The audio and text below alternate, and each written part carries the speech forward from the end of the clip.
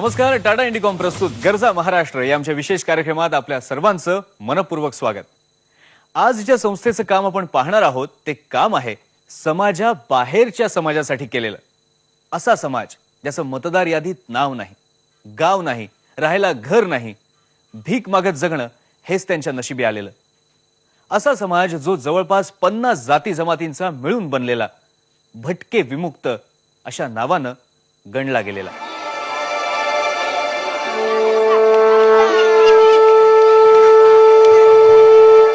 शेकडो वेळा चंद्र आला, तारे फुलले, रात्र धुंद झाली. भाकरीचा चंद्र शोधण्यातच जिंदगी बर्बाद झाली.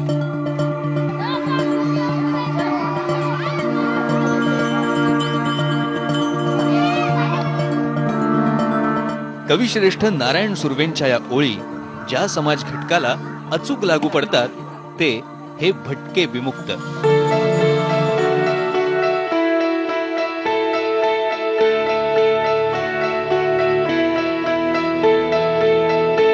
पारधी, बहुरूपी, मसणजोगी, वडारी, कोल्हाटी, गोपाळ अशा जवळपास 48 जाती जमाती.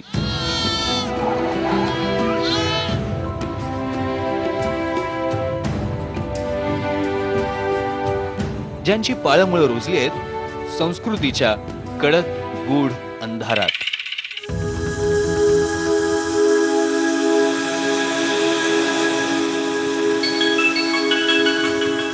यमगरवाडी म्हणजे एक प्रवास तो अंधार भेदण्याचा.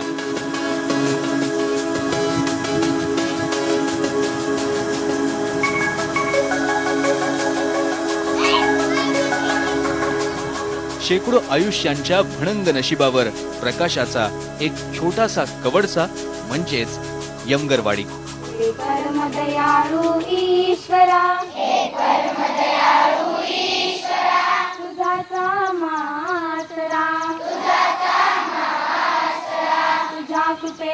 फुले उमलती, वाहतो निर्मल वारा, वाहतो निर्मल वारा. पूर्वी काय असायचं की ब्रिटिश काळामध्ये या जमातीवर गुन्हेगारी जमात अशी ब्रिटिशांनी शिक्का मारला होता आणि गावाच्या बाहेर त्यांची वेगळी वसाहत केली होती. त्याला सेटलमेंट वसाहत असं म्हटलं जायचं. सोलापुरात अजूनही ते नाव आहे सेटलमेंट म्हणून. आणि एका कुंपणामध्ये या सर्व जमातीतल्या लोकांना राहावं लागायचं आणि तिथे पोलीसमध्ये रोज सकाळ संध्याकाळ हजेरी द्यावी लागायची.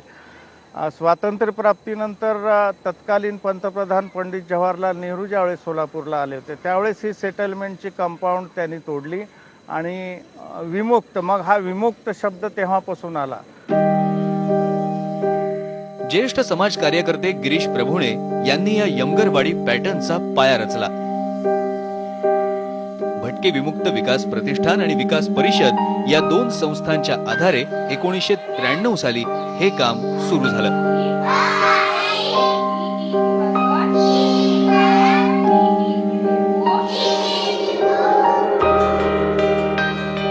आणि आपण म्हणत असतो की दीन दळी दुबळे आणि स्त्रिया, तर स्त्रियांची ह्यांची जी अवस्था आहे ती तर अतिशय वाईट.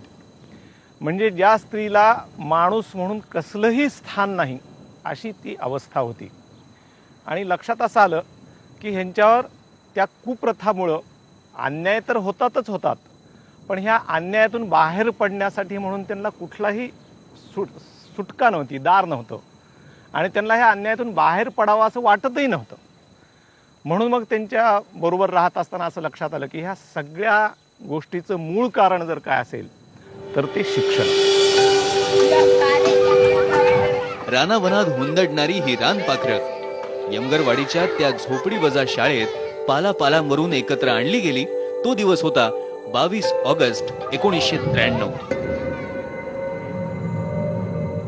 अवघे 25 विद्यार्थी होते तेव्हा. काही अस्वच्छतेमुळे, अनारोग्यानं ग्रासलेले. शाळेत कोणी टिकायला मागतच नव्हतं. मुलं पळून जायची, कारण असं शिक्षण त्यांच्या परंपरेत कोणी घेतलंच नव्हतं. मुलींना तर त्यांचे पालक पाठवतच नव्हते. असं पुन्हा झालं की 20 मुलंच होते. मुलं का असेच होते मोठमोठे 12, 15, 13, 14 वर्षाचीच वयोगटातली होती. मुली काय धाडत नव्हत्या त्यांचे पालक. आम्ही त्यांच्या पालावरती जाऊन जाऊन भेटायचं, बोलायचं. सर आम्हाला सांगायचे. मग जाऊन भेटले की त्यांची इच्छा व्हायची नाही, नको बाबा आमच्या मुली म्हणजे 1 लाखाची इस्टेट आहे आणि आम्ही मुलींना काही शिकायची इच्छाच नाही आणि शिकवायची पण आम्हाला इच्छा नाही आणि मुली शिकून काय होणार आहे असं त्यांचा सगळ्याचा आग्रह असायचा घरातल्या यांचा. मग आम्ही हट्ट धरून धरून धरून मुलांच्या बरोबर त्यांना आणायचा विचार केला आणि आणलंही.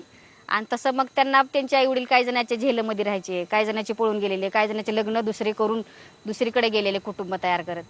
आणि हे अनाथ असल्यामुळं मग आता त्यांना जास्त आई वडिलाची माया देणं हे एक महत्वाचं तिथं म्हणजे कामच होतं ते महत्वाचं. आज यमगरवाडीमध्ये जवळपास 400 विद्यार्थी आहेत. त्यात जवळपास 136 मुली आहेत.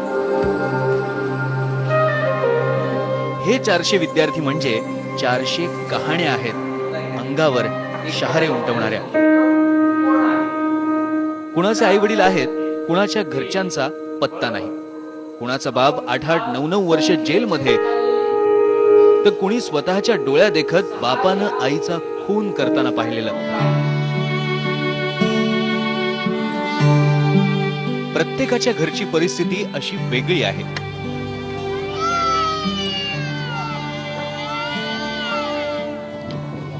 त्या वस्तीमध्ये गेलो आम्ही, उमरग्याच्या त्या मसुंदगी वस्तीमध्ये गेल्यानंतर तिथे एक आम्हाला 4-5 पालक भेटले, कोणी नव्हते त्या ठिकाणी. त्यांना विचारलं आम्ही आमची मुलं कुठे गेलेत, तर ते म्हणले की लग्नाला गेलेत. मग कुठे गेलेत लग्नाला, तर ते म्हणले की आदर्श विद्यालय शेजारीचं लग्न आहे आणि त्या ठिकाणी गेलेत लग्नाला. मग आम्ही परत तिथून गाडीवरती त्या लग्नाच्या ठिकाणी गेलो. गेल्यानंतर लग्न आतमध्ये चालू होतं आणि आमची ही मुलं ते जे काही जेवण करून टाकतील इकडे ते वेचण्यासाठी तिथे गेलेले होते. आम्हाला बघून आमच्या डोळ्यामध्ये अश्रू आले अक्षरशः. ते घेत होते, ह्याच्यामध्ये घालत होते आम्हाला. आम्ही मग विचार केला आपण यमगरवाडीमध्ये राहून फक्त म्हणतोय असे समाजले मुलं आहेत, परंतु प्रत्यक्ष आपण कोणत्या मुलांना शिकवतो हे जाणीव आम्हाला त्या ठिकाणी झाली. आम्ही दोघांना वस्तीमध्ये जाऊन परत रडलो आम्ही आणि तिथली कितीतरी मुलं आम्ही इथं टिकवून धरली. अशा या यमगरवाडीची ही एक झलक जिने या भटक्या विमुक्तांना मायेनं पोटाशी धरलंय. नुसतं मायेनं पोटाशी धरलंय असं नाही, तर शिक्षण, स्वावलंबन, सुरक्षा आणि सन्मान मिळवून दिलाय. त्यांच्यातले नैसर्गिक गुण हेरून त्यांना उत्तेजन दिलंय.